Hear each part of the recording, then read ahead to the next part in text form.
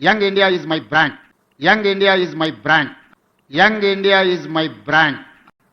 ఈ మధ్యకాలంలో ఎక్కడికి వెళ్ళినా పాత్రికేయ మిత్రులు కానీ రాజకీయ విశ్లేషకులు ప్రతి ముఖ్యమంత్రికి ఒక బ్రాండ్ ఉన్నది. మీరు 16 నెలలైన ముఖ్యమంత్రి అయ్యి మీరు ఏ బ్రాండ్ క్రియేట్ చేసుకోలేకపోతున్నారు ఎందుకు అని ప్రశ్నిస్తున్నారు. నేను చాలా సందర్భాలలో నవ్వి వదిలేసిన. ఎందుకంటే ప్రశ్న అడిగేవాళ్ళు నేను ఏ బ్రాండ్ కోసం ప్రయత్నం చేస్తున్నో వాళ్ళు అవగాహన చేసుకునే పరిస్థితిలో లేరు అని. మొట్టమొదటిసారి 2 రూపాయలకు కిలో బియ్యం ఇచ్చిన ఎన్టీ రామారావు గారు పేదవాడు తెల్లన్నం తిన్నప్పుడల్లా వారిని గుర్తు చేసుకుంటాడు. ఐటీ కంపెనీలను, హైటెక్ సిటీని ఇవి చూసినప్పుడు చంద్రబాబు నాయుడు గారు గుర్తొస్తాడని చెప్తారు. అదేవిధంగా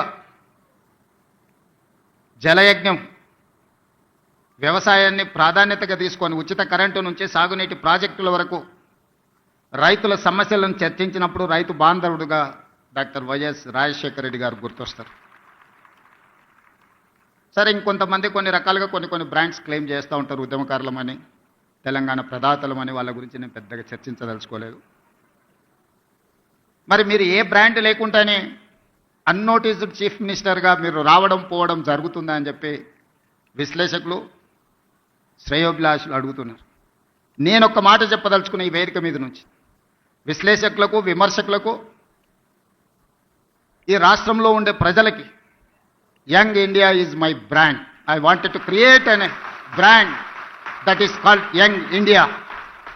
young India is my brand. Young India is my brand.